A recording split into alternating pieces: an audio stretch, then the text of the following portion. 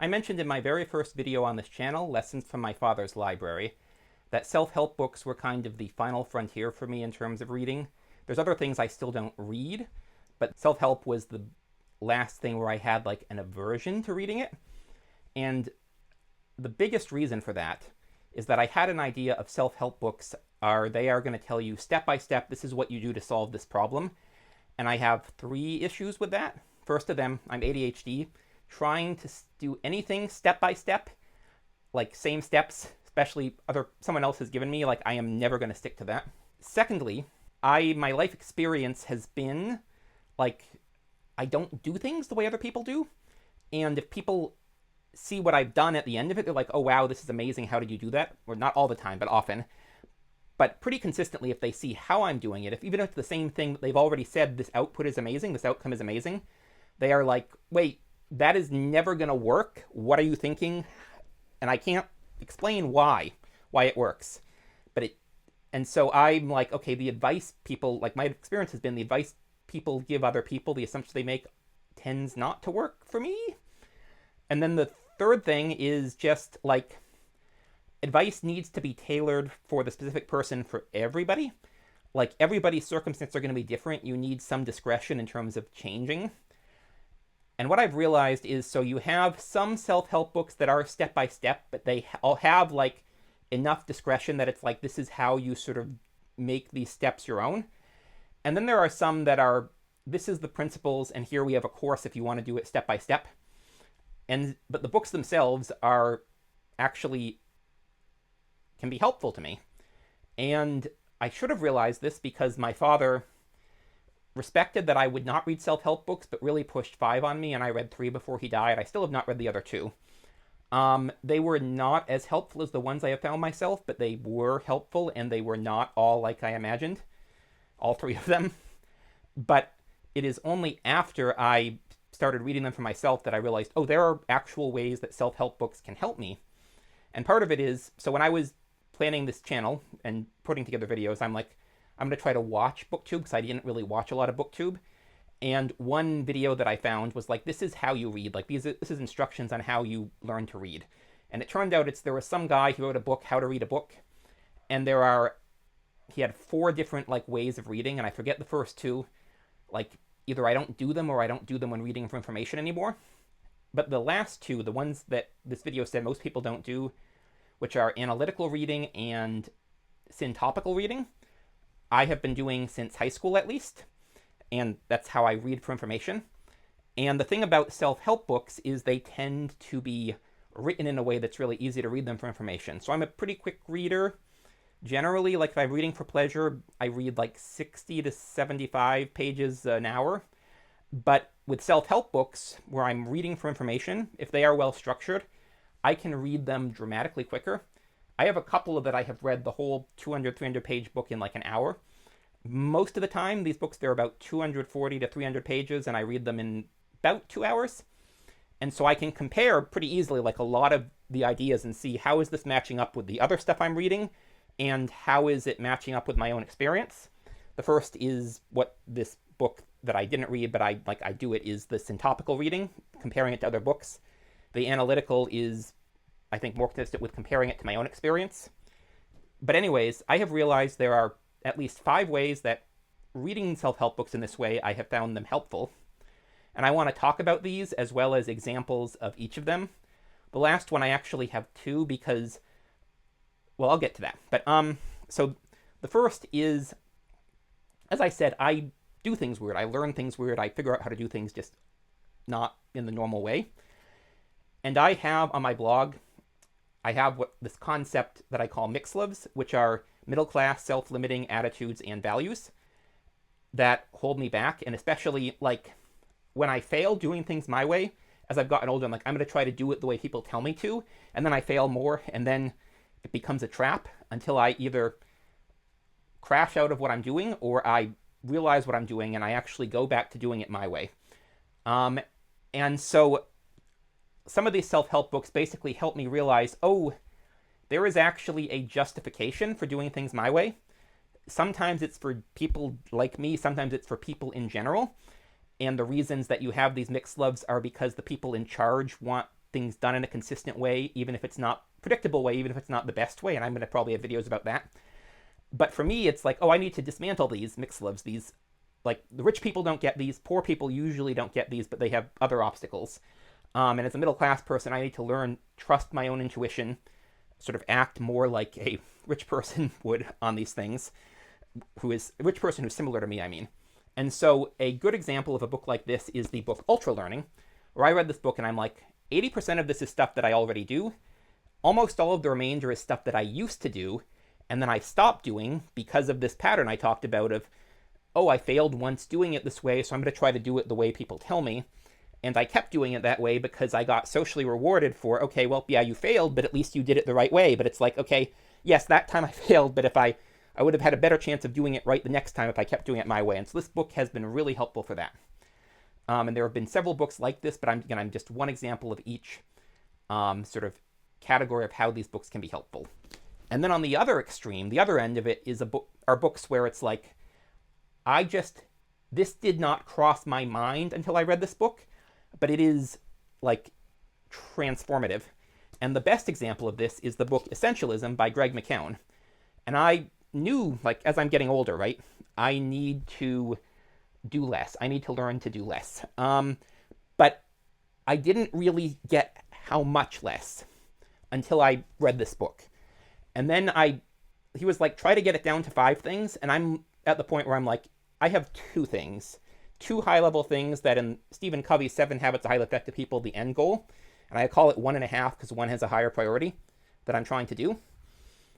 And then everything else is, it's either serving the end of trying to do one of those 2 things, or I'm asking myself, okay, this is not serving a specific goal, but I feel like I need to do it. Am I okay with doing it, knowing it's not serving a specific goal? And that is where I've gotten with this book. And so that was, again, the idea that even trying to do less, I was dramatically underestimating how much less I needed to do.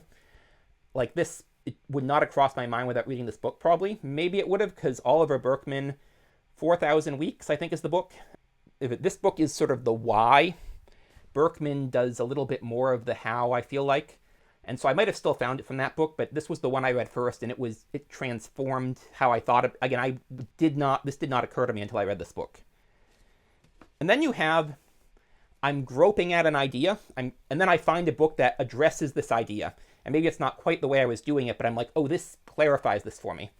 And so there's this series of blog essays by Venkatesh Rao called the Gervais Principle.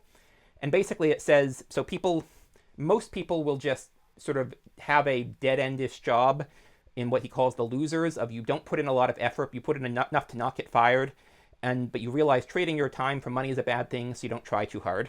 Some people will try really hard, do really well, and they will get promoted to middle management. And that is where the Peter Principle comes from, which is people get promoted to the first time they're incompetent at doing something. And then you have at the top, you have what he calls the sociopaths, which are the people who do good at the high-level thinking, and the sociopaths don't go through the clue list. That's a dead end. They go around. And I thought about that, and I'm like, yes, that is what I've seen, is people who end up successful at high-level stuff, they almost never get there through middle management. They always went around somehow. And at least 90% of those people are people who came from money, who come from like the level of like, you have multiple family members who went to Ivy Leagues or Stanford or, Amherst, places like that. And then, so that's 10% at most. I asked my therapist, and she said that she thought I was overestimating how many people who are not rich get into what Rao called the sociopaths. But regardless, there are ways, if you are not, because again, I'm middle class, I do not come from that class of people, to get to be doing the high-level abstraction work, which is, if you're good at it, which I am, is rewarding, but also the reason that all the rich people want to do it is because it is, even if you're bad at it, you're sort of sheltered and it is socially rewarding and prestigious. And so how do you do it how do you prove you're good enough to do it if you don't come from money and connections? And so this book is about that. And so those 2, I identified 3 paths, but the 2 of them were what he calls the third door. And then one of them was what he calls the second door, which is how the rich people, the well-connected people, get into Venkatesh Rao's Gervais Principle sociopath position. But this is about again, if you don't come from those connections, this is about how you get through that third door, how you find that third door, how you get through it. And it doesn't really have a lot of specifics, but it confirms, yeah, my hunch on this is right. There is a way, but it's going to be indirect. It's going to have people saying, what are you doing to get there? And then this one is, so the fourth category of books is, these are things where I have a specific question I'm trying to solve, and I'm like, is there a book that has been written to solve this? And this book is a good example of this. My last job, I realized I wanted to get better at project management, because basically I realized, okay, I'm going to have to do the project management for the projects I'm on myself, for everything I'm doing, because the people doing it don't really know the technical stuff. And so I was already sort of, I could do it, but I would still struggle with like underestimating how long things would take. Hofstadter's law, it always takes longer than you expect, even when you take into account Hofstadter's law. And so I read this book and I realized, and I'm going to have another video on modularity, because that is a really important concept that I see a lot that I don't think people talk about it enough. But basically being able to, it's task decomposition, breaking down bits into small enough parts, because my thing, the way I've generally done things is I just try to one-shot things. And through undergrad, I got just really good at like one-shotting, getting stuff done, but there's limits to that. And that's what I've run into after undergrad in a lot of cases, is if I can't one-shot, it becomes hard. And the answer is you break it down to the level that it's easy to one-shot it. And so this was, again, the big takeaway for me was two big takeaways. One is modularity. The other one is, if you can, find out how long similar projects actually took, how much they cost, all that information, and factor it in. And then if the modularity strategy does you better, then okay, you're ahead, but you're not caught off guard if it doesn't. And so this was, again, something I found I was trying to, how do I solve this problem? I already knew I was trying to solve it. I'm like, oh, this book answers the question I was trying to answer, and it does, I feel like, a pretty good job. And then the final category are books that are basically written for explaining to people who are almost the opposite of me how to do things that I do well. And those are informative because they tell me, oh, first of all, there's value in the way I do things. But then I need to understand, okay, well, where are people coming from and approaching these, and how do I do that? And so they don't necessarily directly tell me how to do that, but they tell me, oh, there is value in how I do things, to the point that these books are trying to explain to people who have just the opposite, this is how you do the things I'm already good at, just get a little better at them. And so the first example where I really realized that is what this happened there is this book, The E-Myth Revisited by Michael Gerber. And so this is, he divides people into sort of three levels of, you have the entrepreneurs, the managers, and technicians. And everybody needs to wear some of these different hats some of the time. But if you are starting a business, you need to be wearing the entrepreneur hat 90% of the time, the manager hat 10% of the time, and you can't be wearing the technician hat at all. But most of the people who start their own businesses are technicians, because they're the ones who are what Venkatesh Rao would have called the clueless, right? And so like, wait, why am I'm putting in all this effort, I'm doing really well for these companies, and I'm like pulling the whole team, why am I doing this? And they go out and try to start their own company, but then they don't understand how to scale it. And so this is explaining, and I'm reading this and I'm like, oh, the entrepreneur hat is my natural thing. And I've had to learn the technician hat because that is what most employers want. So I just had to pick that up. But the entrepreneur hat is already my natural thing. And then also there is the manager hat, which you're going to need some of either way, and I need to learn that as well. But that is like 10% of what they do. And so this was sort of reversing like the advice, and I'm like, oh, this is actually useful information to me in getting this sort of advice backwards, basically. And actually the reason I have two books is because this one, again, I mentioned I was doing research for book 2 before I made my channel, and there was someone saying these are the self-help books or business books or something that were worth reading. Most of them were the ones I hadn't heard of. I didn't always agree with their appraisal, but then I looked in the comments. And in the comments, someone was saying that they knew a lot of successful business people, and the most common recommendation they heard from these business people is this book, Thinking in Systems by Donella Meadows. And so I read it, and I'm like, this is all kind of obvious, and also it's a weird explanation. And then later, I realized, oh, it's the same thing as the Gerber book. I naturally think in systems. I don't need it explained to me. And this is explaining, I've described the way I think as upside down and outside in to most people. And so systems thinking is part of that. But for people who don't have it, this is apparently really useful to business people. And it's like, okay, this is... So one of the parts of how I think that business people find very useful is this thing called systems thinking. And this is sort of setting a line around that. And so these are, again, the 5 kinds of ways self-help books can be useful to me that I found. They also, like, again, a lot of them are not just doing one of these things. And even some of these are not just doing one, but they're more mixed. So I picked these examples not as the best self-help books I've read necessarily, although Essentialism by Greg McKeown absolutely is.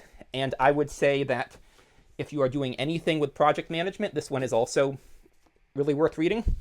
Honestly, all of these are worth reading, except maybe Thinking Systems for me. But like, those are the 2. So again, most self-help books, like, it's a combination of these, but those 5 ways that they can be useful to me are, again, sort of helping me dismantle the middle-class self-limiting attitudes and values and realize the way I'm doing things was the right way to be doing it. Telling me something that would not have crossed my mind, and it's like, oh, wow, this is actually really important. Getting at something I was already starting to get at, but sort of clarifying it and confirming it. Answering a question that I have been trying to answer specifically, and sort of showing me, oh, this is like approaching something like it's for people who think opposite me, but the fact that they are giving this information, like explaining to people different than me how I do things, and okay, then that means these ways I do things are actually useful, but it also doesn't directly tell me, like, okay, this is what I need to learn from the other direction, but it can hint at that as well. Anyways, thanks for watching. I'm Magpie, and I will see y'all in the next one.